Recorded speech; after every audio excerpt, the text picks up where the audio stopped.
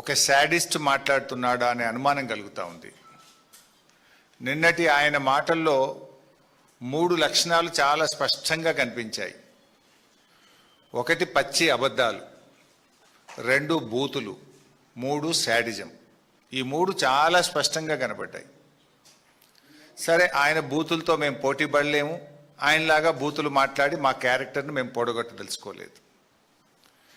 అంతకంటే ఆయన బూతులు మాట్లాడతానో, శాపనార్థాలు పెడతానో, జైల్లో పెడతా అని బెదిరింపులు చేస్తానో భయపడే లక్షణం మా ఇంటా వంట బీఆర్ఎస్ పార్టీలో ఏ గులాబీ సైనికుడికి కార్యకర్తకు లేదు. ఇవాళ ఏం మాట్లాడాను ముఖ్యమంత్రి గారు, ఒకసారి ఆ వీడియో చూసి నేను మళ్ళీ ముందుకు పోతా. ఒకసారి నిన్న ముఖ్యమంత్రి గారు మాట్లాడినటువంటి మాటల్లో శాడిజం ఎట్లా ఉందో, ఒక సైకో ఎట్లా ఉన్నాడో ఒకసారి చూద్దాం.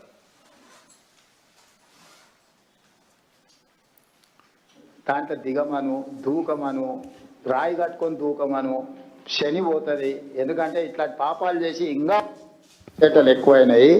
వీళ్ళిద్దరికి బెల్ట్ ట్రీట్మెంట్ ఇస్తే కానీ దారిలో పడరు. వాళ్ళిద్దరికి బెల్ట్ ట్రీట్మెంట్ అవసరం ఉన్నది. ఏమున్నది, వీళ్ళని కోసి రక్తం జల్లితే పంటల మీద అదే పండుతుంది. ఎందుకంటే వీళ్ళ బలుపు కొవ్వు చూసింది కదా. రైతుల పంట పొలాల్లో నీళ్లు బారించండి ముఖ్యమంత్రి గారు అంటే మా రక్తాన్ని బారిస్తా అని రేవంత్ రెడ్డి గారు మాట్లాడుతూ ఉన్నారు. ఇది ఒక ముఖ్యమంత్రి మాట్లాడాల్సిన భాషన? నీళ్లు కావాలని మేము అడిగితే రక్తం కావాలని రేవంత్ రెడ్డి అంటుండు. సరే, నీకు రక్తం కావాలంటే ఇస్తాం, దానికి కూడా మేము వెనకాడటోళ్ళం ఏం కాదు. కానీ మాకు నువ్వు నీళ్ళు ఇవ్వడానికి, ఒకవేళ మా రక్తమే నీకు నీళ్ళు ఇవ్వడానికి అడ్డమైతే ఆ రక్తం ఇవ్వడానికి కూడా మేము సిద్ధంగా ఉన్నాం. ఇప్పుడు రాజకీయాల్లో విమర్శలు సహజం. ఒక ముఖ్యమంత్రి స్థానంలో ఉండి ప్రతిపక్షాల యొక్క రక్తాన్ని పంటలపై చల్లాలి, బెల్ట్తో కొట్టాలి అని మాట్లాడడం అనేటువంటిది అత్యంత జుగుత్సాకరం. ఆయన రక్త పిపాసి మనస్తత్వానికి ఇది నిదర్శనం. నేను ఎక్కడ మాట్లాడిండు? ఆయన బోధి పెవిలియన్లో మాట్లాడిండు. పేరేమో బోధి పెవిలియన్. మాటలన్నీ హింసను ప్రేరేపించి హింసను తలపించేటువంటి మాటలు నిన్న ముఖ్యమంత్రి గారు మాట్లాడినారు. ఆ మధ్య చెప్పినాడు ఆయన హిట్లర్ తనకు ఆదర్శం అంటే. రేవంత్ రెడ్డి అందుకే హిట్లర్ తరహాలో ఒక హంతక భాష మాట్లాడుతూ ఉన్నాడు. కానీ ఒకటి మాత్రం నిజం, ఫైనల్గా పాపం పండినాడు హిట్లర్కు ఏ గతి పట్టిందో రేవంత్ రెడ్డి నీకు కూడా అదే గతి పడుతుంది. ఇదంతా ఆయన ప్రయత్నం ఏంది? భాష దేనికి మాట్లాడుతున్నాడు? ఎవడు మాట్లాడతాడు? ఫ్రస్ట్రేషన్లో ఉన్నటువంటి వాడు, విషయం లేనటువంటి వాడు, సమాధానం చెప్పలేనటువంటి వాడు. సమాధానం ఉంటే, విషయం ఉంటే, పరిజ్ఞానం ఉంటే, సత్తా ఉంటే విషయం మీద మాట్లాడతాడు. ఫ్రస్ట్రేషన్ కనబడుతూ ఉంది నీ లోపల. నువ్వు జారుడు బండ మీద జారిపోతా ఉన్నావు, నీకు ఓటమి తప్పదు అనేటువంటి ఒక ఫ్రస్ట్రేషన్లో ఊగిపోతా ఉన్నావు, బూతు భాష మాట్లాడుతూ ఉన్నావు. నిజంగా నీకు విషయం ఉంటే విషయంతో ఒప్పిస్తావు, మెప్పిస్తావు.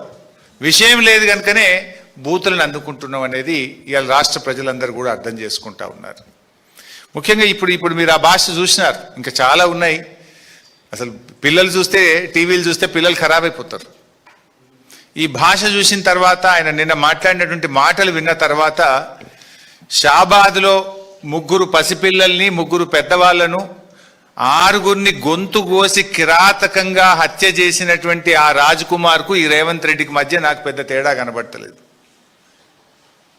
ఒక సైకో మనస్తత్వం, వాడొక సైకో రాజ్ కుమార్. నిజంగా ఎంత సైకో అయితే నాకు దక్కని వాళ్ళు ఎవరికి దక్కద్దు అని చెప్పి ఆ 6గురిని ఎంత దారుణాతి దారుణంగా కోడిని మెడకాయ కోసినట్టు కోసి చంపినాడు. పాపం ఒక ఉన్మాదిగా వ్యవహరించినాడు. ఎంత బాధ కలుగుద్దంటే, పాపం ఇప్పుడు ఒక్క అమ్మాయి మిగిలింది అక్కడ. చెవులు వినబడవు, మాటలు రావు, కాళ్ళు లేవు. ఇప్పుడు ఆ అమ్మాయి పరిస్థితి ఏంటి? ఇంట్లో 6గురిని చంపేసిండు వాడు, ఒక్కటి మాత్రమే మిగిలింది. ఆ బిడ్డ, ఆ చిన్న పసిపాప, ఆమె కూడా పెళ్లిగాని అమ్మాయి. ఇప్పుడు ఆ పిల్ల పరిస్థితి ఏంటి? ఇంత జరిగితే పక్క రాష్ట్ర ముఖ్యమంత్రి స్పందించిండు ఆ సంఘటన మీద. కానీ ఈ రాష్ట్ర ముఖ్యమంత్రికి కనీసం ఆ సంఘటన మీద స్పందించలేదు ఇప్పటిదాకా. ఒక సీనియర్ అధికారి, ఈ రాష్ట్రానికి చెందిన ఒక ఉన్నతాధికారి, పోలీస్ అధికారి నిన్న గోల్ఫ్ కోర్సులో హైదరాబాద్ గోల్ఫ్ క్లబ్లో గోల్ఫ్ ఆడుతున్నాడు నిన్న మధ్యాహ్నం పూట. ఈ రాష్ట్రంలో లా అండ్ ఆర్డర్ పరిస్థితి ఏముంది, అసలు ముఖ్యమంత్రి పాలన ఎట్లుందంటే నువ్వెట్లున్నావో నీ పరిపాలన కూడా గట్లే ఉంది. ఇప్పుడు ఆనాడు కేసీఆర్ గారు ప్రాణాలకు తెగించి చావు నోట్లోకి వెళ్ళి 11 రోజులు ఆమరణ నిరాహార దీక్ష చేసి తాను ప్రాణత్యాగానికి సిద్ధపడి కేసీఆర్ రాష్ట్రాన్ని సాధించారు. కానీ ఎన్నడూ రక్తం పారించే ప్రయత్నం కానీ ఎవరి రక్తం అడగలే కేసీఆర్ గారు. తన రక్తాన్ని ఇచ్చి తన ప్రాణాన్ని ఇచ్చి రాష్ట్రాన్ని సాధించే ప్రయత్నం చేసింది కేసీఆర్. కానీ నువ్వు ప్రశ్నించినటువంటి వాళ్ళను, రైతుల పక్షాన నీళ్ళు అడిగినటువంటి వాళ్ళను ఇవాళ రక్తం బారిస్తా, వాళ్ళను కోస్తా, వాళ్ళ రక్తం బారిస్తా అని నువ్వు మాట్లాడుతున్నావు. ఇది కేసీఆర్ గారికి నీకున్నటువంటి తేడా. ఇంత నీచమైనటువంటి వ్యాఖ్యలు చేసిన రేవంత్ రెడ్డి కనీసం నీకు నువ్వన్న టీవీలో చూసుకొని తప్పు మాట్లాడినా అని బేషరతుగా క్షమాపణ చెప్పాలని చెప్పి నేను డిమాండ్ చేస్తా ఉన్నా. ఇంకో మాట కూడా చెప్తున్నా రేవంత్ రెడ్డి, నీకేంది నువ్వు నీ సైకో మనస్తత్వం ఏంది అంటే మమ్మల్ని తిడితేనో, మమ్మల్ని జైల్లో పెడితేనో, మా రక్తం బారితేనో రైతాంగానికి నేను నీళ్ళు ఇస్తా అంటే అందుకు మేము సిద్ధం. జైల్లో పెట్టావా పెట్టు, మా రక్తం కావాలన్నా తీసుకో, కానీ రైతులకు మాత్రం నీళ్లు పారించు. ఇప్పుడు రేవంత్ రెడ్డి నీ నోరు నీ ఇష్టం, నువ్వేమన్నా మాట్లాడుకో, కానీ నీళ్లు తెలంగాణయి. నీళ్ల విషయంలో నీ ఇష్టం వచ్చినట్లు చేస్తా అంటే కుదరదు. నువ్వేం మాట్లాడుతున్నావు? కన్నెపల్లి కట్టుకొత్తవా రేవంత్ రెడ్డి అంటే ప్రతిపక్షాల కంఠం నొక్కుతా అంటున్నావు. నువ్వు కన్నెపల్లి కట్టుకొత్తవా రేవంత్ రెడ్డి అంటే మా కంఠం నొక్కుతా అంటుండు. నీ ఉద్దేశం ఏంది? మాకు ఉద్యమాలు కొత్త కాదు, పోరాటాలు అంతకంటే కాదు. తెలంగాణ ఉద్యమంలో అనేక సార్లు అరెస్ట్ అయినాం, జైళ్ళల్లో పడ్డాం. మాకేం అరెస్టులు జైళ్ళు కొత్త కాదు. ధర్మం కోసం, న్యాయం కోసం, రాష్ట్రం కోసం ఆనాడు అరెస్టులు అయినాం, జైళ్ళల్లో పడ్డాం. ఇవాళ లక్షలాది మంది రైతుల కోసం జైళ్ళల్లో పడడానికి సిద్ధం, రక్తం ఇవ్వడానికి సిద్ధం తప్ప నిన్ను మాత్రం వదిలిపెట్టము. ఈ రాష్ట్రం ముఖ్యం, రాష్ట్ర రైతాంగం ముఖ్యం, రాష్ట్ర ప్రజలు ముఖ్యం, రాష్ట్ర ప్రయోజనం మాకు ముఖ్యం. మా గులాబీ సైనికులు, బీఆర్ఎస్ కుటుంబ సభ్యులు ఎవరు కూడా నీ తాటాకు చప్పులకు భయపడడానికి సిద్ధంగా లేరు. ఇలా ఈ రాష్ట్ర ప్రయోజనాలు, రైతుల ప్రయోజనాలు అనేటువంటివి ముఖ్యంగా ఇది బీఆర్ఎస్ పార్టీ రాష్ట్రం కోసం ప్రాణత్యాగాన్ని సిద్ధపడి తెచ్చినటువంటి రాష్ట్రం ఇది. ఇలా రేవంత్ రెడ్డి మాటలు, చేష్టలు, చర్యలు చూస్తూ ఉంటే ప్రతిపక్షాలను అణిచివేయడం మీద ఉన్న శ్రద్ధ పగుళ్ళు పెట్టిన పంట పొలాలకు నీళ్ళు ఇవ్వడం మీద నీకు లేదు. ఇలా రాష్ట్రంలో కొన్ని చోట్ల మేము చూస్తూ ఉన్నాం, పత్తి విత్తనాలు పెట్టారు, నీళ్లు లేక పాపం వర్షాలు పడక బిందెలతో నీళ్లు చిలకరిస్తూ ఉన్నారు. నీళ్లు మోసి బిందెలతో మొక్కకు చిలకరిస్తూ దాన్ని కాపాడుకోవడానికి రైతులు తల్లడిల్లుతున్నా నీకు చీమ గుట్టినట్టు లేకపోయా.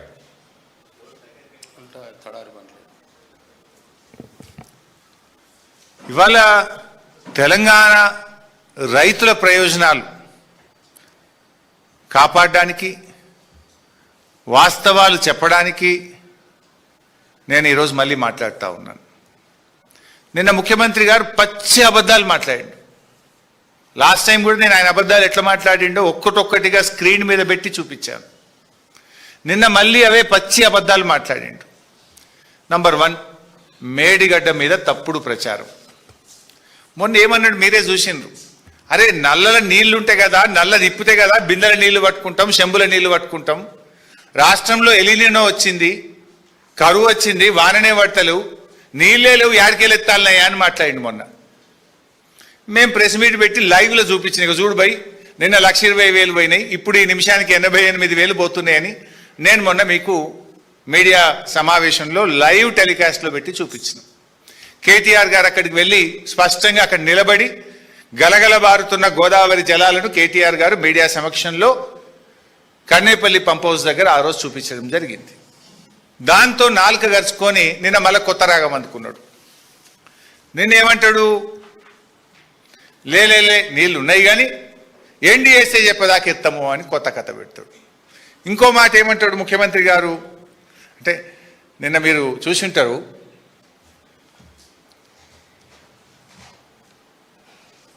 మేడిగడ్డ గేట్లు మూయకుండా కన్నేపల్లి దగ్గర నీటిని ఎట్లా ఎత్తుతావు అని మాట్లాడతాడు. నాకు జాలి కలుగుతుంది నేను చూస్తుంటే. ముఖ్యమంత్రిగాను 31 నెలలు పూర్తి చేసుకున్నా కన్నేపల్లి పంప్ హౌస్ నుంచి మేడిగడ్డ బ్యారేజ్ గేట్లు మూయకుండా నీళ్లు ఎలా ఎత్తాలో కూడా అవగాహన నువ్వు పెంచుకోవడం మీద నిన్ను చూస్తే నాకు జాలేస్తూ ఉంది. ఇన్ఫ్యాక్ట్ మీరు నిన్న గమనించిందో లేదో, ఈయన మాట్లాడగానే ఉత్తమ్ కుమార్ రెడ్డి మైక్ తీసుకున్నాడు మధ్యలో. ఈయన తప్పు మాట్లాడిండని ఉత్తమ్ కుమార్ రెడ్డికి బుర్ర వెలిగింది. మధ్యలో ఆయన మైక్ తీసుకొని ఉత్తమ్ కుమార్ రెడ్డి గారు ఈయన తప్పును సరిచేసే ప్రయత్నం చేసిండు. అందుకే నేను జాలి కలుగుతుంది రేవంత్ రెడ్డి మీద అన్న. 31 నెలలు ముఖ్యమంత్రిగా పనిచేసినాక కూడా విషయ పరిజ్ఞానం పెంచుకోలే, బూతులు తప్ప నీకు విషయ పరిజ్ఞానం పెరగలే. ఆయన ఉత్తమ్ కుమార్ రెడ్డి గారు నిన్న మైక్ తీసుకొని మధ్యలో రేవంత్ రెడ్డి తప్పు మాట్లాడంగానే, అఫ్ కోర్స్ ఫ్రీ ఫ్లోలో కూడా కన్నెపల్లి మోటార్లు ఎత్తాం, కన్నెపల్లి మోటార్లు స్టార్ట్ చేస్తాం, నీళ్ళు ఎత్తుతాం, కానీ మరి మీద అన్నారం సుందిల గేట్లు ముయ్యాలి కదా అని ఆయన సరి చేసే ప్రయత్నం చేసిండు. ఇప్పుడు విషయం సింపుల్. 93.5 మీటర్ల ఎత్తులో కన్నెపల్లి పంప్ హౌస్ మోటార్లు నడుస్తాయి. గోదావరిలో 1,00,000 క్యూసెక్కుల వరద పోతా ఉంది. 1,00,000 క్యూసెక్కుల వరద పోయినప్పుడు దాని లెవెల్ 97 మీటర్లు ఉంటాయి. అంటే గేట్లు తెరిచి ఉన్న 97 మీటర్ల ఎత్తులో గోదావరి నది ప్రవహిస్తూ ఉంది. నీకు కావాల్సింది 93.5 మీటర్లు మాత్రమే. కావలసిన నీళ్లు ఉన్నది, కావలసిన ఎత్తు హెడ్ రెడీగా ఉన్నది, మోటార్లు ఒత్తు నీళ్ళు వస్తాయి బయట. ఈ విషయాన్ని నేను కాదు, రిటైర్డ్ ఇంజనీర్లు కూడా చాలా స్పష్టంగా తమ లేఖలో రిటైర్డ్ ఇంజనీర్లు కూడా చెప్పడం జరిగింది. ఏం చెప్పిండ్రు, ప్రస్తుతం గేట్లు తెరిచి ఉన్న పరిస్థితుల్లో వరద నీటి మట్టం సుమారు 97.5 మీటర్లు. ఈ హెడ్ ఆధారంగా కన్నేపల్లి పంప్ హౌజు రోజుకు 3 టీఎంసీల వరకు నీటిని లిఫ్ట్ చేసే సామర్థ్యం కలిగి ఉంది. ఈ లెటర్ చదివినాకనన్నా సోయి రావాలి కదా నీకు. ఆ ఉత్తమ్ కుమార్ రెడ్డికి వచ్చిన సోయి అన్నా నీకు రాకపోయా.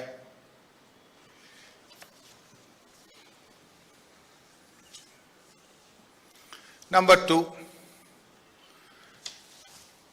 ఒక ప్రముఖ దినపత్రికలో మొన్న ఒక వార్త వచ్చింది. Pump water from Kaleshwaram lift irrigation. ఇందులో చాలా స్పష్టంగా a senior official well versed in the issues relating to Medigadda, Annaram and Sundilla barrages said instead of waiting for full repairs, the government could adopt a simple temporary solution. All it requires is construction of a copper dam in upstream. They can store and regulate flows and water can easily be pumped from Medigadda to Annaram to Sundilla to Ellampalli. As envisaged in KLIS system, the official said, since Kaleshwaram barrages are a politically loaded issue, it is doubtful if the government would even consider such an idea. In a year like this, any water that can be used is pure gold, pure gold.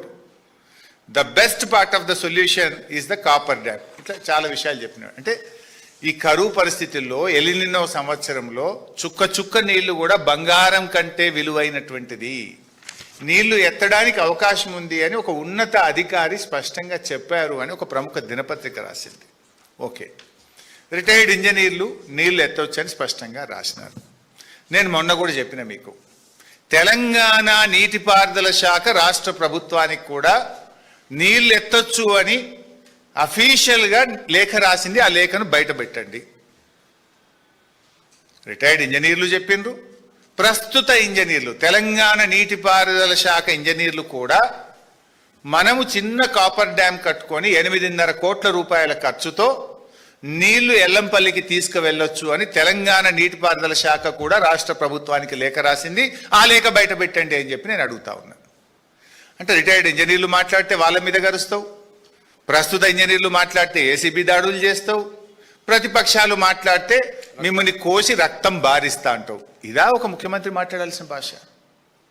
ప్రజలను ఎట్లా కాపాడుకోవాలి, రైతులను ఎట్లా కాపాడుకోవాలి, రాష్ట్రాన్ని ఎట్లా కాపాడుకోవాలనే తపన ఒక ముఖ్యమంత్రికి ఉండాలి. ప్రశ్నించిన ప్రతిపక్షాలనేమో మిమ్మల్ని గోస్తా రక్తం బారిస్తా అంటావు, రిటైర్డ్ ఇంజనీర్లనేమో జైల్లో పెడతా అంటావు, ప్రస్తుతం ఉన్న ఇంజనీర్లు ఎవరైనా ప్రశ్నిస్తే బదిలీ చేస్తావు, ఏసీబీ దాడులు చేస్తావు. ముఖ్యమంత్రి గారు, is it the way of running the state? Will it help the state?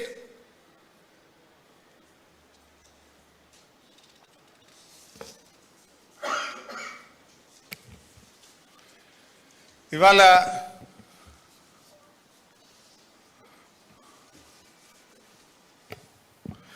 Retired ఇంజనీర్ల రిపోర్ట్ మీద కూడా మళ్ళీ అదే అబద్ధం మాట్లాడండి. మేడిగడ్డ దగ్గర కట్టొద్దన్నారు, మళ్ళీ నిన్న మాట్లాడు. మొన్న నేను మీకు డాక్యుమెంట్స్ అన్నీ చూపించాను.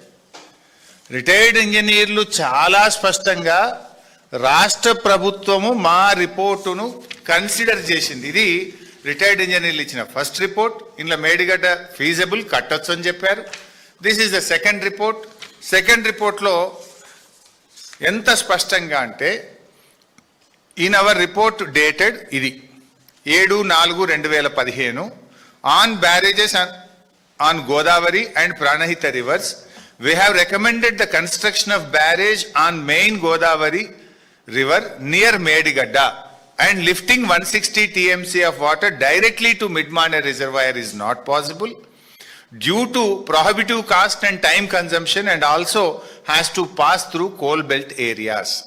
Then, after submission of our report, Government of Telangana has dropped the proposal of taking water direct from Medigadda to Midmane reservoir and is now being taken to Sripada Ellampalli project following Godavari river, utilizing all the packages from 6, 7, 8. మా సూచన ఆధారంగానే direct తీసుకుపోవడాన్ని మార్చి వరుస బ్యారేజీలు కట్టి ఎల్లంపల్లికి తీసుకుపోతున్నారు అని ఇంత స్పష్టంగా చెప్తే, retired ఇంజనీర్లు కట్టొద్దన్నారు మేడిగడ్డ దగ్గర, నాట్ ఫీజబుల్ అంటే ఒక అబద్ధాన్ని 100 సార్లు వెళ్ళవేస్తే నిజమైద్దా రేవంత్ రెడ్డి గారు? వాళ్ళు ఇంత స్పష్టంగా, ఇది అఫిడవిట్, ఇది ఉత్తగా రాసిచ్చిన కాగితం కాదు, జస్టిస్ ఘోష్ కమిషన్కు నోటరైజ్డ్ అఫిడవిట్ ఇచ్చింది రిటైర్డ్ ఇంజనీర్లు. దీన్ని కూడా నువ్వు మాట్లాడితే ఇది పచ్చి అబద్ధం కాదా రేవంత్ రెడ్డి గారు? ఇక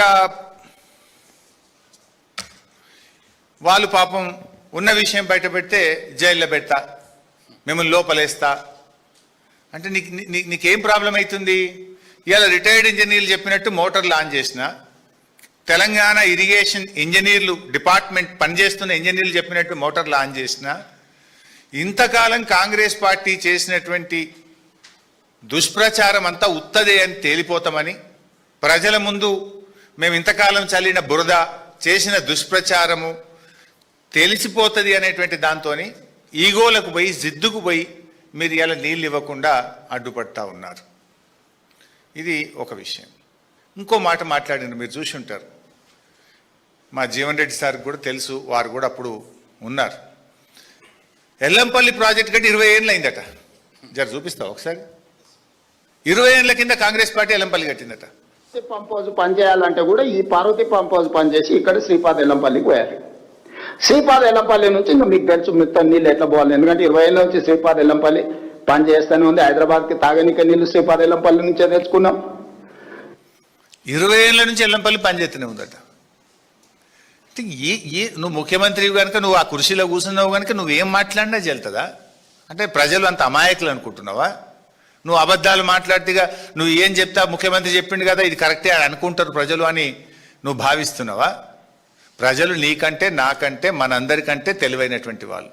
they will listen to every one. Finally they decide who is who, what is what is correct, what is not correct. అయితే గతంలో కూడా ఒకసారి నేను చెప్పిన, అసెంబ్లీలోనే చెప్పిన ఇదే మాట. అసెంబ్లీలో శాసనసభలో రేవంత్ రెడ్డి గారు ఎల్లంపల్లి ఆనాడే కాంగ్రెస్ గట్టింది అన్నాడు. వైట్ పేపర్ అండ్ ఇరిగేషన్లో కూడా ఇదే తప్పు చెప్పిండ్రు.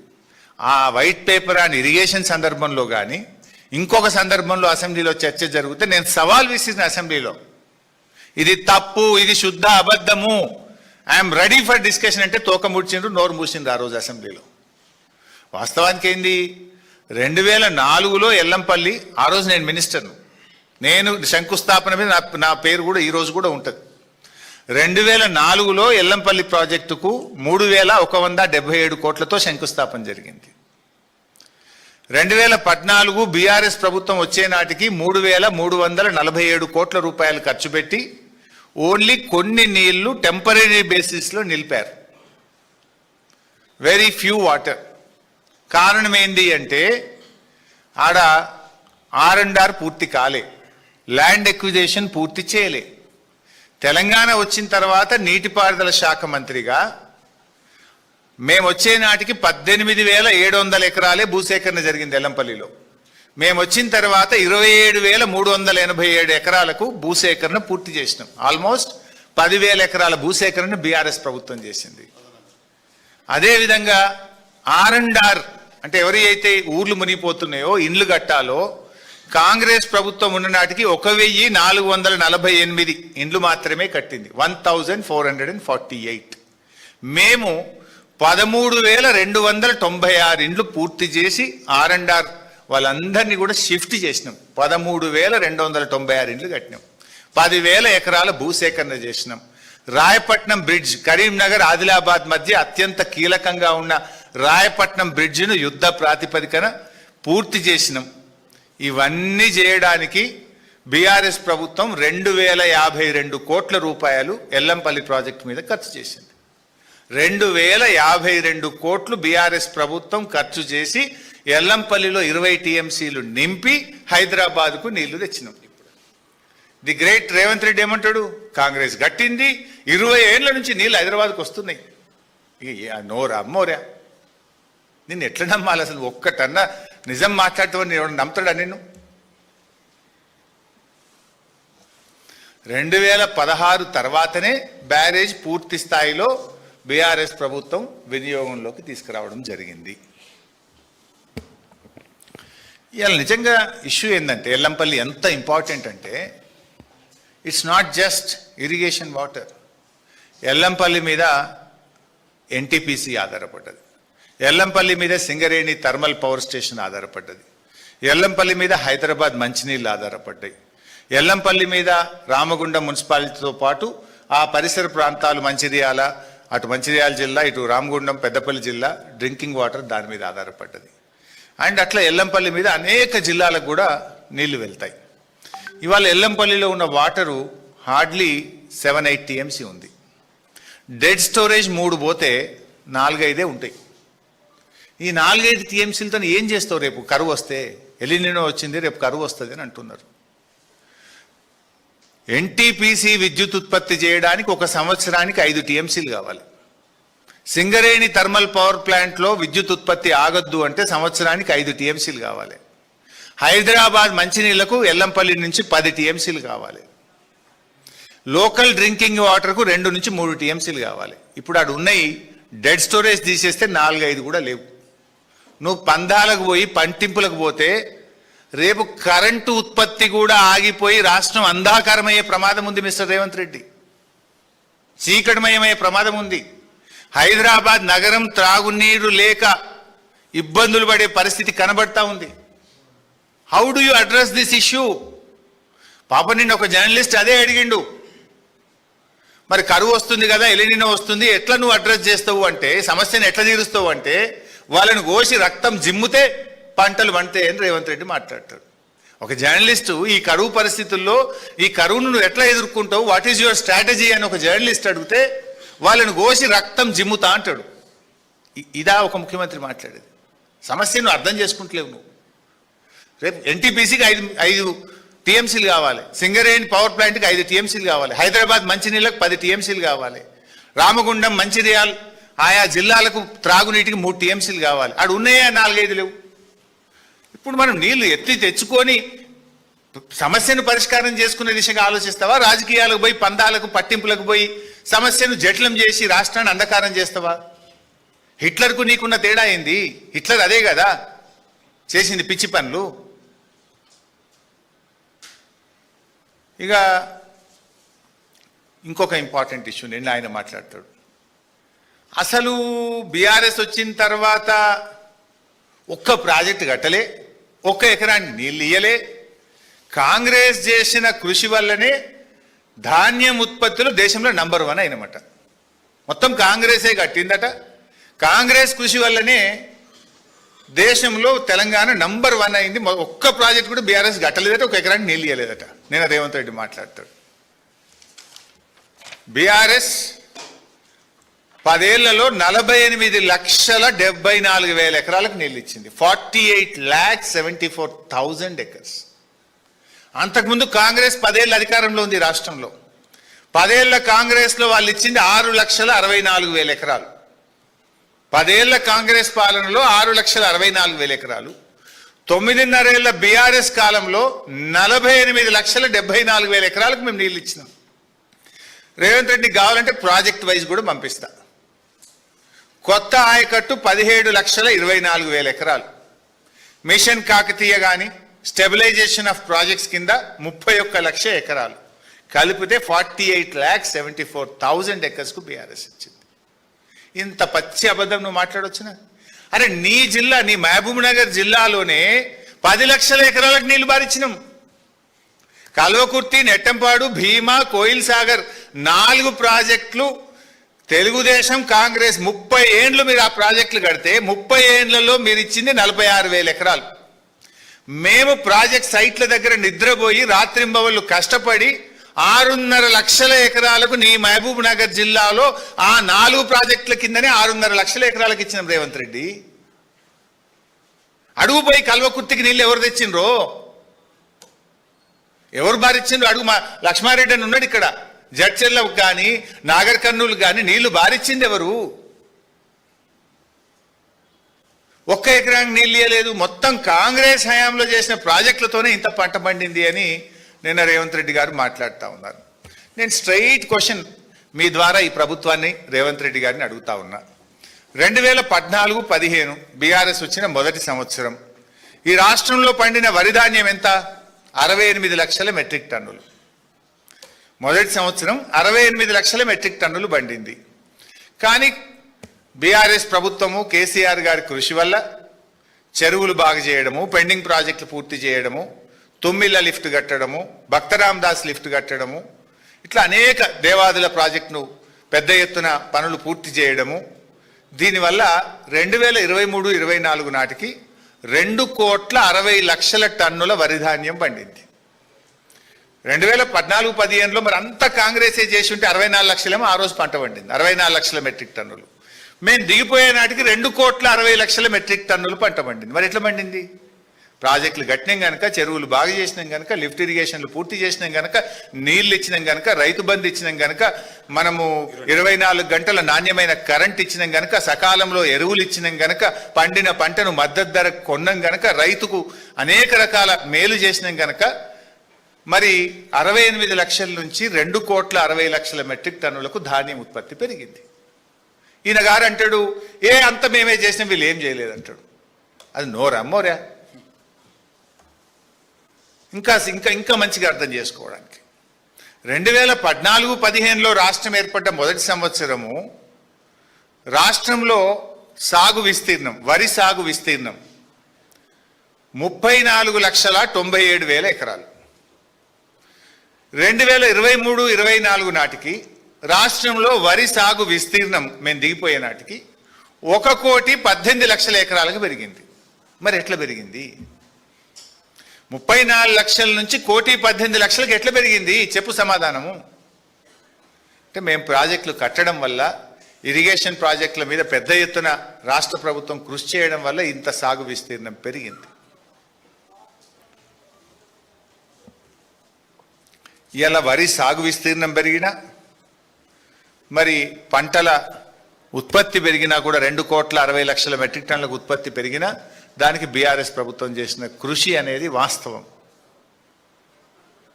కానీ రేవంత్ రెడ్డి గారు పచ్చి అబద్ధాలు మాట్లాడుతూ నిన్న కూడా రాష్ట్ర ప్రజల్ని తప్పుదో పట్టించే ప్రయత్నం చేసినారు. ఇంకో విషయం కూడా ఆయన నిన్న ఒక తప్పును ప్రచారం చేసే ప్రయత్నం. మేము సరే మేడిగడ్డ అయితే ముయ్యాల్సిన అవసరమే లేదు గేట్లు, అన్నారం సుందిళ్ళ బ్యారేజీలు ఒకవేళ మూసి నిర్మిస్తే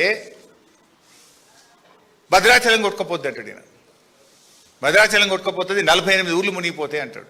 మీరు జర్నలిస్టులు, విజ్ఞానవంతులు, అర్థం చేసుకోగలుగుతారు. రాష్ట్ర ప్రజలకు కూడా నేను మీ ద్వారా విజ్ఞప్తి చేస్తా ఉన్నా.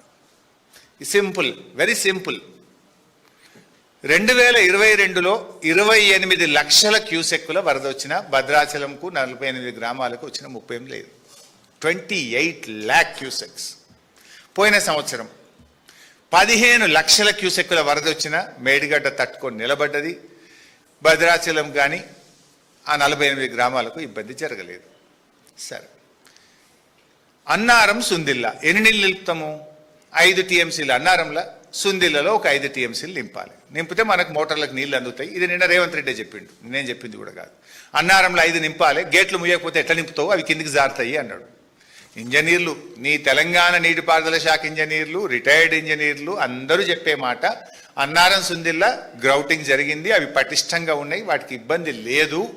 ఇప్పుడు మనకున్న కరువు పరిస్థితుల్లో పర్మనెంట్ రిపేర్స్ చేసుకుంటూనే ఇప్పుడు నీళ్లు ఎత్తచ్చు అని అందరూ చెప్పిన మాట.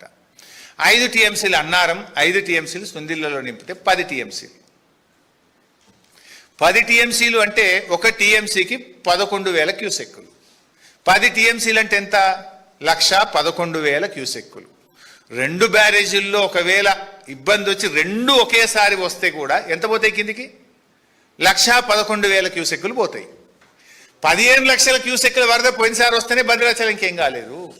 2022లో 28 లక్షల క్యూసెక్కుల వరద వస్తేనే భద్రాచలంకి ఏం కాలేదు. అన్నారంలో 5, సుందిలలో 5 అంటే 10 టీఎంసీలు. 10 టీఎంసీలు అంటే 1,11,000 క్యూసెక్కులు. What is the danger for Bhadrachalam? చెవులో పువ్వు పెడుతున్నావు నువ్వు. నీకు నీళ్ళు ఇయ్య బుద్ధి కాక తెలంగాణ కేసీఆర్కు ఏడ పేరు వస్తుందో, ఇన్ని రోజులు కాంగ్రెస్ పార్టీ చేసిన ప్రచారం తప్పుడు ప్రచారం అని ప్రజలకు అర్థమవుతుందని నువ్వు మొండి పట్టుదలకు పోయి రాష్ట్రాన్ని ఇబ్బంది పెడుతున్నావు. ఒక బ్యారేజ్లో ఇబ్బంది వచ్చినా 5 అంటే 55,000. 2 బ్యారేజీలు ఒకేసారి ఇబ్బంది వచ్చినాయి అనుకుందాం ఒక సెకండ్కు. అట్లా వస్తే కూడా 1,10,000 కదా. కరువు కంటే, ప్రజల కంటే, కరెంటు కంటే ముఖ్యమైనది ఏంటి? రేపు ఎన్టీపీసీకి సింగరేణి కరెంటుకు నీళ్లు ఉండని పరిస్థితి అవుతుంది, మంచినీళ్ళకి ఇబ్బంది వస్తుంది. నీ మొండితనం ఇందులో వైపు రాసిన రిటైర్డ్ ఇంజనీర్లు, they have return in this letter. ఈ స్థాయిలో బ్యారేజీలు అన్నారం, సుందిల్ల జలాశయాలు వారి కనిష్ట డ్రాడౌన్ MDDL స్థాయిలో నీరు నిల్వ చేయాలి. అన్నారం వద్ద 116, సుందిల్ల దగ్గర 126. ఈ స్థాయిలో బ్యారేజీలు సురక్షిత పరిధిలో ఉంటాయి. 3 పంపింగ్ స్టేషన్లు ఒకేసారి సమన్వయంతో పనిచేయగలుగుతాయి.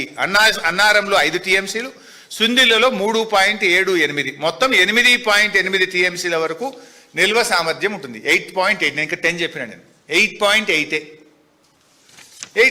అంటే 90,000 cusecs. Where is the danger for Bhadrachalam? నీకు ఇష్టం లేక భద్రాచలం కొట్టుకుపోతుంది అని పోయి ఒక తప్పుడు ప్రచారం, అబద్ధాలు రేవంత్ రెడ్డి గారు చెప్తుండడానికి ఇంతకంటే సాక్ష్యం ఏం కావాలి? ఇంతకంటే సాక్ష్యం ఏం కావాలి?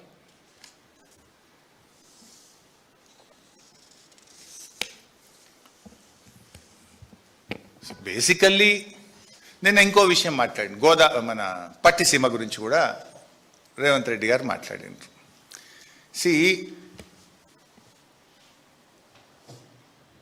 గోదావరి నదిలో బచావత్ ట్రిబ్యునల్ ప్రకారం 968 టీఎంసీలు తెలంగాణకు, 518 టీఎంసీలు ఆంధ్రప్రదేశ్కు పంపిణీ జరిగింది. ఇది ఉమ్మడి ఆంధ్రప్రదేశ్ అసెంబ్లీలోనే పెట్టినారు. సో విత్ ఇన్ దేర్ 518లో పోలవరం ఉన్నది. పోలవరంకి అగెనెస్ట్గా పట్టిసీమ కట్టుకున్నారు. పోలవరం పూర్తయ్యేదాకా పట్టిసీమ వాడతాం, పోలవరం పూర్తి కాగానే పట్టిసీమ బంద్ చేస్తాము అని ఆంధ్రప్రదేశ్ చెప్పింది. రేవంత్ రెడ్డి కూడా అదే చెప్పిండు. నన్ను పట్టుకొని నేను అడ్డమైన భాషలో, అడ్డమైన బూతులో మాట్లాడిండు. సో ఇక్కడ జరిగింది ఏంది? Pattiseema is not a new project. Pattiseema is not an illegal project which is part and parcel of Polavaram project. Once Polavaram is started, Pattiseema will be defunct. అయితే ఇక్కడ విషయం ఇంపార్టెంట్ ఏంటంటే మనం అర్థం చేసుకోవాల్సింది, నీళ్ళు వాళ్ళు ఎత్తుకుంటే తప్పేంది, వాళ్ళు ఎత్తుకుంటున్నారు కదా, ఇది అప్పుడే కట్టేది కదా పట్టిసీమ అన్నాడు. అసలు పాయింట్ ఇక్కడనే ఉంది రేవంత్ రెడ్డి. ఇప్పుడు కరువు వచ్చినప్పుడే ఎగువ రాష్ట్రాలు అప్పర్ హ్యాండ్లో ఉంటాయి. ఇప్పుడు కృష్ణా నది ఉన్నది, తక్కువ వరద వచ్చినప్పుడు ఏం చేస్తున్నారు వాళ్ళు? అటు తుంగభద్రలో నీళ్ళు ఆపుతున్నారు, అటు ఆల్మట్ల నీళ్ళు ఆపితే మన జూరాల దగ్గర మంచినీళ్ళు లేక తల్లడిల్లిపోయి 1 టీఎంసీ ఇయ్యండి, 2 టీఎంసీలు ఇయ్యండి, మాకు మంచినీళ్ళకి లేవని అడుక్కుంటాం మనం. అట్లనే గోదావరి నది మీద కూడా ఏమవుతుంది కరువు వచ్చినప్పుడు? పైన మహారాష్ట్ర గైక్వాడ్ ప్రాజెక్టులో నీళ్ళు ఆపుకుంటుంది, కిందికి మనకు నీళ్ళు రాక మనం చాలా తలడిల్లిపోతుంటాం. ఇప్పుడు పైన తెలంగాణ ఉన్నది, ఇప్పుడు నీళ్లు తక్కువ వస్తున్నాయి. జనరల్గా గోదావరి ఈ టైంలో 10 లక్షల క్యూసెక్ల ఫ్లడ్ ఉండాలి, ఇప్పుడు ఎంత ఉన్నది? ఇవాళ 50,000 60,000. చుక్క చుక్క కూడా ముఖ్యం ఈ టైంలో. ఇది ఎలినినో సంవత్సరం, కరువు సంవత్సరం. ఇప్పుడు 50,000-60,000 వస్తే నువ్వేం చేయాలి? పైన ఉన్నోళ్ళు రప్ప రప్ప ఎత్తాలి కదా. నువ్వు ఈడ పైన కన్నెపల్లిలు ఎత్తాలి, ఆడ దేవాదుల గుంజాలి, ఆడ సీతారామాల గుంజుడు గుంజితే 3 జాలు గుంజితే కిందికి సుక్క పోదు పట్టిసీమకు. నువ్వు ఫస్ట్ నీ ప్రయోజనాలు నీకు ముఖ్యం, not at the cost of Telangana కదా. నువ్వు రప్ప గుంజితే ఈడ 33,000 క్యూసెక్కులు గుంజొచ్చు కన్నెపల్లి, దేవాదుల కాడ 2,500 క్యూసెక్కులు గుంజొచ్చు, సీతారామ కాడ 11,000 గుంజొచ్చు. మొత్తం 3 గుంజి పారేస్తే కింద ఆడేడు నడుస్తాయి పట్టిసీమ పంపులు. నువ్వు గుంజతలేవు కనుకనే నీ గురువు గారికి గురుదక్షిణ చెల్లిస్తున్నావు కనుక నీళ్ళు కిందికి జారినాయి, వాడు పట్టిసీమ నడుపుకుంటుండు అని నేను అన్నా. Yes, I stand by that. నువ్వు నిజంగా కన్నెపల్లి నడిపింటే, దేవాదుల పూర్తి స్థాయిలో నడిపింటే, నువ్వు సీతారామ పూర్తి స్థాయిలో ఎత్తి ఉంటే కిందికి పట్టిసీమ మోటార్లు ఏడికెళ్ళి నడుస్తాయి. వీటిని వండబెట్టి నువ్వు కింద బారిస్తున్నావు. ఇవాళ ఈ నిమిషానికి నువ్వు డ్రామాలు ఆడుతున్నావు, ఎన్డీఎస్ఏ అని ఏదో కథలు పడుతున్నావు, కన్నెపల్లి మోటార్లు వత్తు అంటే. దేవాదులలో ఎన్డీఎస్ఏ అడ్డం వచ్చిందా నీకు? దేవాదులలో 10 మోటార్లు ఉన్నాయి. దేవాదులలో నువ్వు 2,500 క్యూసెక్కులు ఎత్తచ్చు. నేను మొన్న తిట్టినాక, మేము గట్టిగా అడిగినాక 800 వెళ్ళి ఇప్పుడు ఏదో నిన్న 1,200 1,300 తీసుకుంటున్నావు. మరి ఏం చేస్తున్నావు? నిద్రపోతున్నావా? గాడిదల పండ్లు దొమ్ముతున్నావా? పందులు కాస్తున్నావా? నువ్వు నీకే మాట్లాడొస్తుందా? మాకు మాట్లాడరాదా? దేవాదులలో 10 మోటార్లకు 4 ఎందుకు నడుస్తున్నాయి, 6 ఎందుకు బంద్ పెట్టినావు? 2,500 క్యూసెక్కులు దేవాదుల్లో ఎత్తగలిగే అవకాశం ఉంటే ఎందుకు 1,000-1,200 ఎత్తుతున్నావు? వరంగల్ జిల్లాను ఎందుకు ఎండబెడుతున్నావు? ధర్మసాగర్లో కానీ, జనగామ కాన్స్టెన్సీలో కానీ, నర్సంపేట కానీ, పాలకుర్తి కానీ, పరకాల కానీ 75% చెరువులు ఎండిపోయి ఉన్నాయి. మరి ఎందుకు నీళ్ళు ఎత్తుతలేవు? చెరువులు ఎందుకు నింపుతలేవు? వానాకాలం పంటకు నీళ్ళు ఎందుకు ఇస్తలేవు? గాడిదే పండ్లు గిట్ట దొమ్ముతున్నావు రేవంత్ రెడ్డి. నోరు నీకే ఉందా? మాకు లేదా? Can't we speak? కానీ మాకు సంస్కారం ఉండదు. ఇంతకంటే గట్టిగా తిట్టగలుగుతా, నోరు ఉంది నాకు కూడా, బట్ సంస్కారం ఉంది మాకు. ఎత్తు దేవాదుల నీళ్లు, ముందస్తు నీ ప్రణాళిక ఏది? దానికి గోదావరి నీళ్లు రాగానే ఎత్తుకుందామని 3 నెలల ముందే ఒరాయిలింగ్ చేసుకోవాలి, సిస్టమ్ రెడీ చేసుకోవాలి, విద్యుత్ రెడీ చేసుకోవాలి. 10 మోటార్లు ఎత్తాలి కదా, ఎందుకు ఎత్తలు? ఇవాళ కూడా సగం కూడా ఎందుకు ఎత్తలు? ఆడ ఏఎన్డీఎస్సీ అడ్డం వచ్చింది.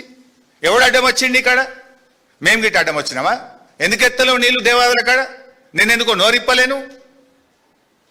పోతాం రేపో మాపో దేవాదుల కాడికి పోయి ఆడ ఎన్ని మోటార్లు నడుస్తున్నాయి, ఎన్ని మోటార్లు నడుస్తలేవో ఆ నది సాక్షిగా, నీ పంప్ హౌస్ సాక్షిగా మీ తప్పిదాన్ని ప్రజల దృష్టిలో పెడతాం.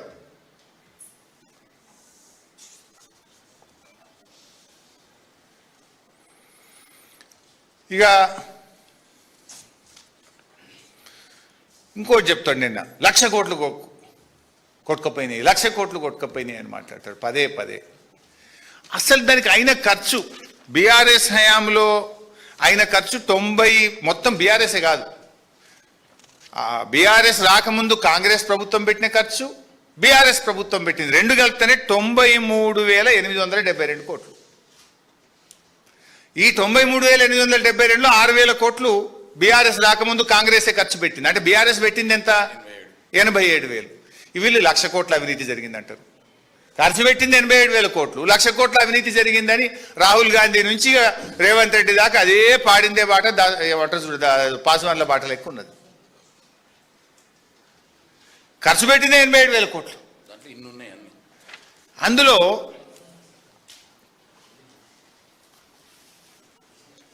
అసలు ఇన్ఫాక్ట్ వాళ్ళ మామ, ఆయన పేరేదో ఉంటుంది, సూదిని పద్మారెడ్డి గారే చెప్పిండు, అరే 1,00,000 కోట్ల అవినీతి జరగాలి, ఖర్చు పెట్టింది 87,000, ఇది 1,00,000 కోట్లు ఆడికెళ్ళి అవుతుందని నీకు పిల్లనిచ్చిన మామని పద్మారెడ్డే చెప్పిండు. ఆ వీడియో కావాలంటే పంపుతా చూసుకోసారి. నీ మామ చెప్పినాక కూడా నీకు బుద్ధి వస్తలేదా? అరే రేవంత్ రెడ్డి తప్పు మాట్లాడుతుండు, నా అల్లుడు తప్పు మాట్లాడుతుండు, నా అల్లుడికి మెదడు దొబ్బింది, ఖర్చు అయింది 87,000, 1,00,000 కోట్లు అని తప్పు మాట్లాడుతుండే నీ మామనే ముట్టుకేలేసింది కదా నీకు.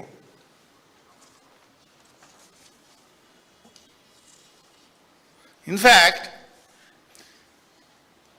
ఈ 87,000 కోట్లలో కూడా ద ఫస్ట్ కాంపోనెంట్, ఆ ఫస్ట్ కాంపోనెంట్ మొత్తం కలిపితే 10%, 90% rest of the things. Yellampalli నుంచి ఇవాళ మిడ్ మానేర్కి నీళ్ళు వస్తున్నాయి. ఆ సిస్టమ్ అంతా దీంట్లో కట్టింది కాదు, ఇది కాళేశ్వరంలో కట్టింది కాదా? Yellampalli to mid Manair there are 2 twin tunnels. Yellampalli నుంచి 2 టన్నెళ్ల ద్వారా మేడారం రిజర్వాయర్కి వస్తాయి. మేడారం రిజర్వాయర్ నుంచి 2 టన్నెళ్ల ద్వారా మిడ్ మానేర్కి వస్తాయి. మిడ్ మానేర్ నుంచి 1 టన్నెల్ ద్వారా అనంతగిరికి వస్తుంది. అనంతగిరి నుంచి 1 టన్నెల్ ద్వారా రంగనాయక సాగర్కి వస్తుంది. రంగనాయక సాగర్ నుంచి 1 టన్నెల్ ద్వారా మల్లన్న సాగర్కి వస్తుంది. మల్లన్న సాగర్ నుంచి పంపింగ్ ద్వారా కొండపోచమ్మ సాగర్కి వస్తాయి. ఈ రిజర్వాయర్లను ఇంటాక్ట్ ఉన్నాయి, ఈ పంపింగ్ స్టేషన్లు ఇంటాక్ట్ ఉన్నాయి, టనెళ్ళు ఇంటాక్ట్ ఉన్నాయి. 1500 కిలోమీటర్ల గ్రావిటీ కెనాల్స్ ఇంటాక్ట్ ఉన్నాయి. 98 కిలోమీటర్ల ప్రెషర్ మెయిన్ ఇంటాక్ట్ ఉంది. ఇన్ఫ్యాక్ట్ మిడ్ మానేర్ నుంచి ఎస్ఆర్ఎస్పి దాకా రివర్స్ పంపింగ్ ద్వారా ఎస్ఆర్ఎస్పిలో కూడా కరువు వస్తే నీళ్ళు తీసుకుపోయి అక్కడున్న గుత్పా అలీసాగర్ లిఫ్ట్ కూడా నీళ్ళు అందించినాం, పంటలు కాపాడినాం. ప్యాకేజ్ 21 నిజామాబాద్ జిల్లా కూడా దాంట్లో భాగమే. ఇవన్నీ ఇంటాక్టే ఉన్నాయి. నిర్మల్ జిల్లాలో కూడా ప్యాకేజ్ 27, 28 ఉన్నాయి. అవన్నీ ఇంటాక్టే ఉన్నాయి. అంటే 87,000 కోట్లలో 10% మేడిగడ్డ టు ఎల్లంపల్లి, మిగతా 90% ఎల్లంపల్లి అండ్ అబో అదన్నీ వాడుకుంటున్నావు కదా. పోయిన సంవత్సరం వాడినావు, అంతకుముందు సంవత్సరం వాడినావు, మొన్న 3 నెలల కింద కూడా వాడినావు. మళ్ళీ చెప్తున్నాం మేము, Kaleshwaram the most beautifully designed project. దీనికి 3 సోర్సులు ఉంటాయి. ప్రపంచంలో ఏ ప్రాజెక్ట్ కైనా ఒక సోర్స్ ఉంటుంది, but Kaleshwaram has got 3 sources. మంచిగా కాలం అయితే ఫుల్ వర్షాలు పడితే మిడ్ మానేర్ నుంచి మాత్రమే మోటార్లు నడుపుతాం. సో దట్ 50% మోటార్లే నడుస్తాయి, 50% కరెంట్ బిల్ వస్తుంది. యావరేజ్ రెయిన్ఫాల్ పడి మధ్యస్థమైనటువంటి వర్షాలు పడితే ఎల్లంపల్లి నుంచి మోటార్లు నడుపుతాం. దాదాపు 60-70% మాత్రమే మోటార్లు నడుస్తాయి, కరెంట్ బిల్ వస్తుంది. కరువు వచ్చినప్పుడు ఎక్కడ నీళ్లు లేనప్పుడు ఉండేది మేడిగడ్డ, అక్కడి నుంచి మోటార్లు ఆన్ చేస్తే 100% సిస్టమ్ పనిచేస్తుంది. గత 2 సంవత్సరాలు యావరేజ్ అబో యావరేజ్ ఉన్నాయి కనుక పైన సిస్టమ్ నడిపిన కాళేశ్వరంది. భువనగిరి యాదాద్రికి కూడా నీళ్ళు ఇచ్చినాం. భువనగిరి యాదాద్రిలో కూడా కాళేశ్వరం నీళ్లతోనే పంటలు పండినాయి. నువ్వు అది లేదు అని ఒక పచ్చి అబద్ధాన్ని పదే ప్రచారం చేస్తావు. Even in this 10%, Kannepalli pump house, Sundilla pump house, Annaram pump house 3 are intact. ఈ 3 బ్యారేజీల్లో మేడిగడ్డలో 85 పియర్స్, అన్నారంలో 66 పియర్స్, సుందిల్లలో 74 పియర్స్. సుందిల్ల బ్యారేజ్ ఇంటాక్ట్ ఉందని అసెంబ్లీలో అడిగిన క్వశ్చన్కు నువ్వే ఆన్సర్ ఇచ్చినావు ఉత్తమ్ కుమార్ రెడ్డి. అసెంబ్లీలో కోదండ రామ్ గారు క్వశ్చన్ అడిగింది, whether it is fact that experts opinion that Sundilla and Annaram barrage may collapse as Medigadda barrage. No sir, Medigadda లెక్క అన్నారం సుందిల్ల కూలిపోతాయా, ఏమైనా ఇబ్బంది ఉందా అంటే ఏం ఇబ్బంది లేదు అని అసెంబ్లీలో ఉత్తమ్ కుమార్ రెడ్డి గారు ఈ రాష్ట్ర ప్రభుత్వం ఇచ్చిన సమాధానం. ఇదే ఉత్తమ్ కుమార్ రెడ్డి గారు తుమ్మిడిహట్టి టు సుందిల్లా, ఇది నీ స్టేట్మెంట్, ఇది నా స్టోరీ కాదు, ఇది మీ కాంగ్రెస్ పేపరే, వెలుగు పేపరు. తుమ్మిడిహట్టి టు సుందిల్లా. మరి సుందిల్ల కూలైపోతే సుందిల్లకు నువ్వు ఎందుకు తెస్తున్నావు నీళ్ళు? కూలైపోతే అది పనికే రాకపోతే సుందిల్లకు నీళ్ళు తెస్తాను ఎట్లా అన్నావు? It is intact. సో మొత్తం ఖర్చు పెట్టిన 87,000 కోట్లలో జరిగిందల్లా కూడా ఇన్ని పియర్స్. ఏది నేను ఇందాక చెప్పినట్టు మేడిగడ్డ 85, అన్నారం 66, సుందిల్ల 74. 3 బ్యారేజీల్లో 2-3 పియర్స్ కుంగిపోయినాయి. ఒక బ్లాక్ 7 రీకన్స్ట్రక్ట్ చేయాలి అని చెప్పి ఎన్డీఎస్ఏ కూడా చెప్పింది. మరి 2 సంవత్సరాలు 7 నెలలు 31 నెలలు అయింది నీ గవర్నమెంట్ వచ్చి. ఏం టెస్ట్లే చేయలేను. నీ నిజాయితీ అర్థమైతలేదా? పరీక్షలు టెస్ట్లే చేయలేను, ఇంకా అసలు డిజైన్ ఎక్కడిది, నువ్వు రిపేర్ ఎప్పుడు చేస్తావు? ఇన్ఫ్యాక్ట్ 31 నెలలు అయినా 3 సీజన్స్, 3 వర్కింగ్ సీజన్స్. జనరల్గా ఎప్పుడు నదిలో పనిచేయగలిగేది మనము జనవరి టు జూనే. నీకు 3 జనవరి టు జూన్లు దొరికినాయి ఇప్పటికీ. ఇక నీకు మిగిలింది ఒక్కటే, నీ గవర్నమెంట్ పోయే లోపు నీకు మిగిలింది ఒక్కటే సీజన్ మిగిలింది నీకు. ఇప్పటికి నువ్వు పరీక్షలే చేయలే, టెస్ట్లే చేయలే. నువ్వు టెస్ట్లు పూర్తి కావాలి, డిజైన్ కావాలి, దాన్ని పని చేయాలి. అంటే నీకు చేసే ఉద్దేశం లేదు అనేటువంటిది అలా రాష్ట్ర ప్రజలు అర్థం చేసుకుంటా ఉన్నారు. సో 1,00,000 కోట్లు కొట్టుడు పోయింది అనేది కూడా పిచ్చి వాదన. నీ మామగారు చెప్పిండ్రు, జరిగింది 87,000 కోట్లు. అందులో సిస్టమ్ 95% సిస్టమ్ ఈజ్ ఇంటాక్ట్.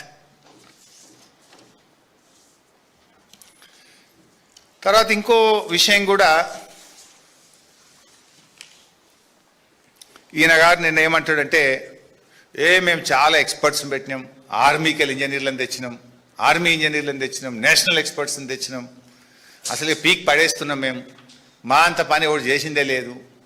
మరి ఏం చేసినవే ఇప్పుడు 3 ఏళ్ళలో 3 సీజన్స్ కదా నీకు వచ్చింది, కనీసం 1,00,000 ఎకరాలకు నిలిచినావు, 1,00,000 ఎకరాలు, 1,00,000 ఎకరాలకు నీళ్ళు ఇచ్చినావా అని అడుగుతున్నా.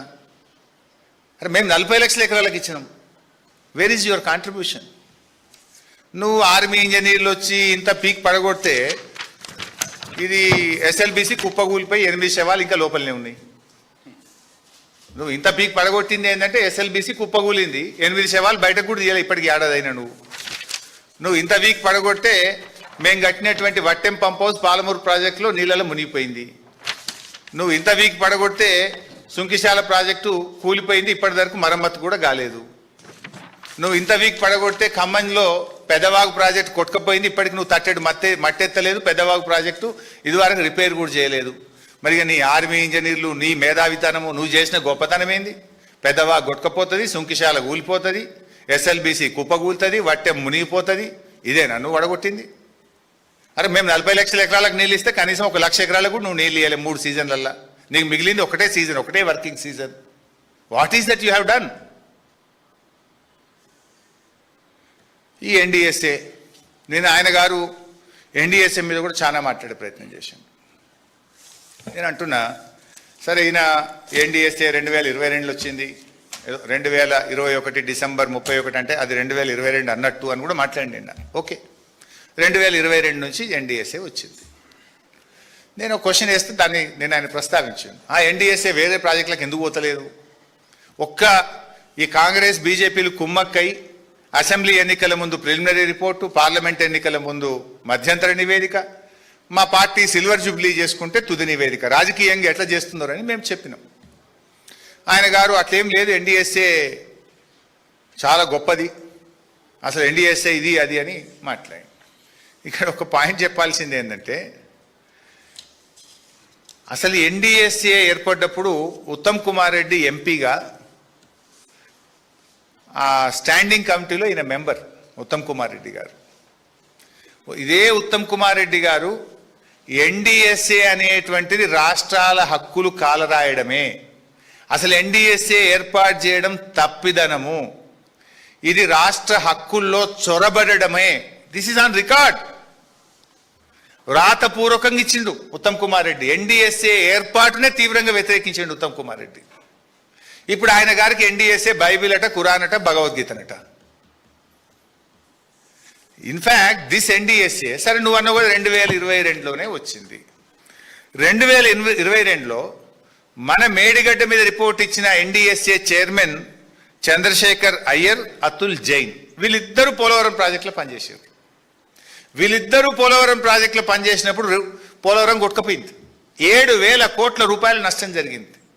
డేట్లు కూడా చెప్తా. 2022లో ఎన్డీఎస్ఏ వచ్చిన తర్వాత డౌన్ స్ట్రీమ్ కాపర్ డ్యామ్ కొట్టుకుపోయింది, డయాఫ్రేమ్ వాల్ కొట్టుకుపోయింది, functional failure of upstream coffer dam కొట్టుకుపోయింది, scouring of dump hill bund at spillway and approach channel restoration 1000 కోట్ల రూపాయల నష్టం జరిగింది, slope failure of spilling channel, failure of spoil banks, ఇది 500 కోట్ల నష్టం జరిగింది, dewatering charges for failure of both coffer dams 500 కోట్ల డ్యామేజ్ నష్టం జరిగింది, damage of failures of guide bund on spillway 350 కోట్ల నష్టం జరిగింది. మొన్న latest 15 August 2025 failure of upstream coffer dam, ఇన్నిసార్లు కొట్టుకుపోయింది. వీడికి ఎన్డీఎస్ఏ ఎందుకు పోదు? తెలంగాణలో మేడిగడ్డకు నష్టం జరిగితే 3 రోజులకు వచ్చింది ఎన్డీఎస్ఏ, ఇది 3 ఏళ్ళైనా పోతలేదు. 2022లో మీరు ఏర్పడ్డారు, ఇవాళ 2026, 4 ఏళ్ళైంది. 4 ఏళ్ళైనా ఎందుకు ఎన్డీఎస్ఏ పోతలేదు వీడికి? మరి గమ్మత్ ఏంటంటే కట్టింది మీరే, ఎన్డీఎస్ఏను హెడ్ చేస్తున్నది మీరే. ఈ పోలవరం కట్టినటువంటి చంద్రశేఖర్ అయ్యర్ ఎప్పటి నుంచి ఎప్పటిదాకా పనిచేసిండు అంటే పోలవరంకు 2019 నుంచి 2022 డిసెంబర్, అంటే ఆల్మోస్ట్ 2023, 2019 నుంచి 2023 దాకా పోలవరంను కట్టించింది చంద్రశేఖర్ అయ్యర్, ఈయననే ఎన్డీఎస్ఏ ఒక రిపోర్ట్ ఇచ్చింది. ఇంకొక ఆయన అతుల్ జైన్, ఈయన కూడా పోలవరం ప్రాజెక్టులో 2024 జూన్ దాకా పనిచేసిండు. ఈయన ఫైనల్ రిపోర్ట్ ఇచ్చిండు. నేను అడుగుతున్నా, మరి మీ రిపోర్ట్లు మీరే ఇచ్చుకోవాలి కదా. మరి పోలవరం కట్టింది మీరే, కూల్చింది మీరే, మీ హయాంలోనే కూలింది. మరి ఈడికి కూడా ఎన్డీఎస్ఏ రిపోర్ట్ ఇవ్వాలి కదా. అంటే రాజకీయం చేస్తున్నారు మీరు. ఇది ఇక్కడనేమో మీరు 7,000 కోట్ల నష్టం జరిగితే సైలెంట్గా మరమ్మతులు చేసుకుంటున్నారు, ఫటాఫట్ పని చేసుకుంటున్నారు, పోలవరాన్ని ముందుకు తీసుకుపోతున్నారు. కానీ కాళేశ్వరం లేని పండబెడుతున్నారు. మేడిగడ్డ మరమ్మతు చేయకుండా మీరు కాంగ్రెస్ బీజేపీలు కుమ్మక్కై ఇవాళ పగా ప్రతీకారం తీసుకొని తెలంగాణ రైతు ప్రయోజనాలను, రాష్ట్ర ప్రయోజనాలను దెబ్బతీసే ప్రయత్నం చేస్తున్నారు. ఎస్, మళ్ళీ మా ప్రశాంత్ మళ్ళీ గుర్తు చేస్తున్నారు. 2022 జనవరి నుంచి ఎన్డీఎస్ఏ ఏర్పడ్డది కదా. 2022 జనవరి తర్వాత ఎన్డీఎస్ఏ ఏర్పడ్డ తర్వాత 6 సార్లు కూలింది పోలవరం. 6 సార్లు డ్యామ్ ఫెయిల్యూర్స్ అయినాయి. 6 సార్లు అయినా ఎన్డీఎస్ఏ పోలే. ఇప్పటికి 4 ఏళ్ళైనా ఎన్డీఎస్ఏ మర్రి చూస్తలేదు. ఇదే గోదావరి నది, అది ఇంకెక్కడో కాదు, మేడిగడ్డ కిందనే ఉంటుంది. ఇదే గోదావరి నది మీద కట్టిన పోలవరంకు మాత్రం పోదు. ఇది అఫీషియల్ రికార్డ్, ఇన్ఫర్మేషన్ యాక్ట్లో తెప్పించింది, నథింగ్ సీక్రెట్. 7,000 కోట్ల నష్టం తీసుకుపోయినేమో జైలు వేయరట. ఆ 7,000 కోట్ల నష్టం నష్టం చేసినోడు వచ్చి ఎన్డీఎస్ఏ రిపోర్ట్ ఇస్తాడు మేడిగడ్డ మీద 3 పిల్లర్లకు.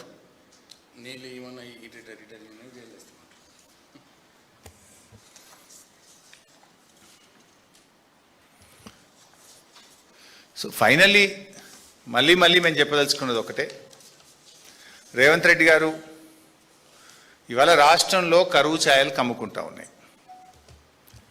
రాష్ట్రంలో రైతులకు, పరిశ్రమలకు, త్రాగునీటికి తీవ్రమైన ఇబ్బంది రాబోతుందని భారతదేశ ప్రభుత్వము, ప్రపంచవ్యాప్తంగా ఉండే శాస్త్రవేత్తలు ఈరోజు మనల్ని హెచ్చరిస్తూ ఉన్నారు.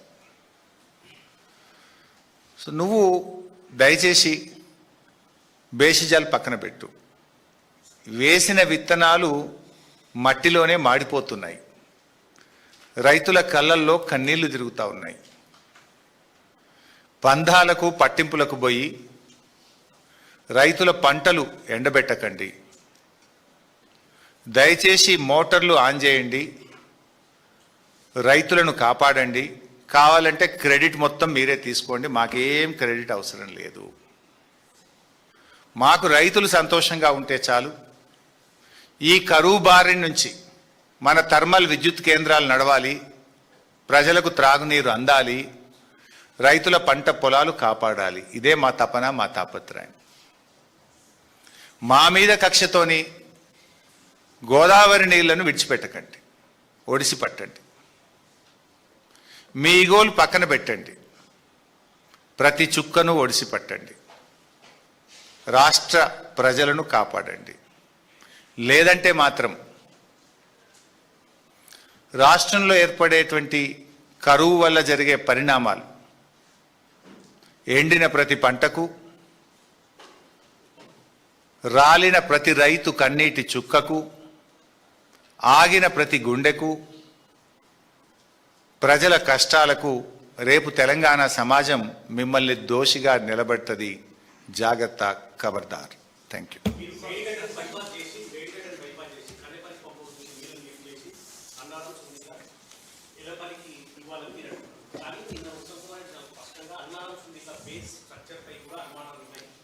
అనుమానాలుంటే తమ్మిడిహట్టి టు సుందిల్ల నువ్వు ఎందుకు ప్రాజెక్ట్ డిజైన్ చేసినావు? నువ్వే కదా ప్రెస్ మీట్ పెట్టింది. It's not my press meet.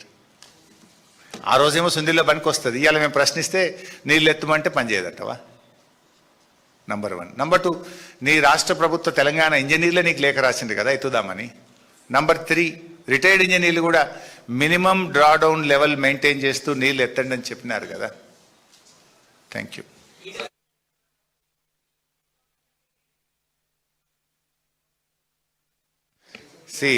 Etela Rajender గారిని నేను కలవక, మాట్లాడక చాలా సంవత్సరాలు, నెలలు అవుతా ఉన్నాయి. రేవంత్ రెడ్డికి ఏంటంటే తను ఇరకాటంలో పడ్డప్పుడల్లా ఎదుటి వాళ్ళ మీద బుర్ర జల్లి తప్పించుకునేటువంటి ప్రయత్నం రేవంత్ రెడ్డి గారు చేస్తూ ఉంటారు. దానివల్ల రాజేందర్ గారు ఆయన ఆలోచనతో ఆయన మాట్లాడి ఉంటాడు. గత ప్రభుత్వంలో ఆయన భాగంగా ఉన్నాడు కనుక ఆయనకి ఈ ప్రాజెక్ట్ మీద అవగాహన ఉంది కనుక, ఆ జిల్లా మంత్రిగా ఆయన పనిచేసింది కనుక ఆయనకు ఉండేటువంటి అవగాహనతో ఆయన మాట్లాడి ఉంటాడు. అంత మాత్రాన ఆయనకు నాకేం సంబంధం? Is different party, I mean a different party.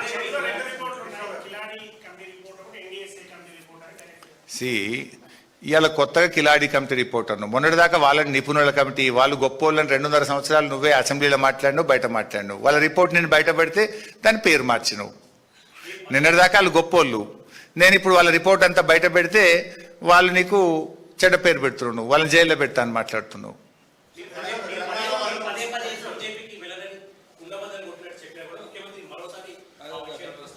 సరే, అది దానికి కూడా సమాధానం చెప్తా. అసలు ఈ రేవంత్ రెడ్డికి నా గురించి మాట్లాడే నైతిక హక్కు ఉందా? నీ జీవితంలో నువ్వు ఎన్ని పార్టీలు మార్చినావు? చొక్కాలు మార్చినట్టు పార్టీలు మార్చిన రకం నువ్వు. నీకు నాకు నా జీవితంలో నా పుట్టుక బీఆర్ఎస్, చావు బీఆర్ఎస్ అని 100 సార్లు చెప్పిన. మళ్ళీ మళ్ళీ నేను చెప్పి ఈ చిల్లరగాడికి సమాధానం చెప్పాల్సిన నాకు అవసరం లేదు. ఈ క్యారెక్టర్ లేనోడికి, ఎవడన్నా క్యారెక్టర్ ఉన్నోడు ప్రశ్నించిన, వ్యక్తిత్వం ఉన్నోడు ప్రశ్నిస్తే సమాధానం చెప్పినా దానికి అర్థం ఉంది. వ్యక్తిత్వం లేనోడు, విలువలు లేనోడు, నిజాయితీ లేనోడు చొక్కాలు మార్చినట్టు పార్టీలు మార్చడానికి నేను సమాధానం చెప్పాలా?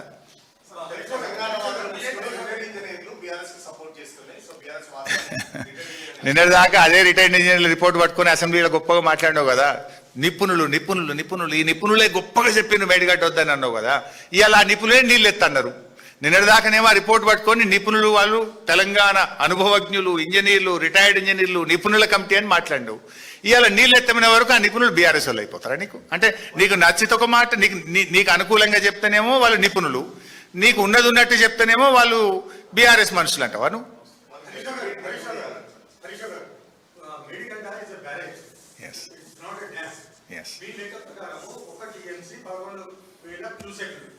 సో ఇప్పుడు అన్నారం సుందీలో స్టోర్ చేసినా కానీ 5 TMC స్టోర్ చేసినా కానీ మీ లెక్క ప్రకారం 1,11,000 క్యూసెక్స్. అయితే ఈ 1,11,000 క్యూసెక్స్ తో మనము 50 lakh acres మనకు ఉన్నది 45-50 ఫ్లడ్ డేస్ ఇయర్. మనము ఇది లిఫ్ట్ చేసినా కానీ కన్యాకుమారి నుంచి 50 lakh acres కి ఇవ్వగలుగుతామా? వైసాబ్ ఎంత రాని. ఫస్ట్ ఆఫ్ ఆల్ నీకు కరెంటుకు, సింగరేణి థర్మల్కు, ఎన్టీపీసీ థర్మల్ పవర్ ప్లాంట్కు నీళ్ళు లేవు, కరెంట్ ఆగిపోతుంది. హైదరాబాద్ మంచినీళ్ళు ఆగిపోతాయి, రామగుండం మంచిర్యాల జిల్లాలకు మంచినీళ్ళు పోతాయి. ముందు వీటిని కాపాడుకుంటూ ఎంత ఎత్తగలిగితే ఈ కరువు పరిస్థితుల్లో అంత ఎత్తు ఉన్నదాన్ని కాపాడు. అసలు బేసికల్ నువ్వు వదిలిపెడితే కదా వాడిని పట్టిసీమ నడుస్తుంది. ఇప్పుడు what ever you can lift, you lift and protect the interest of the state.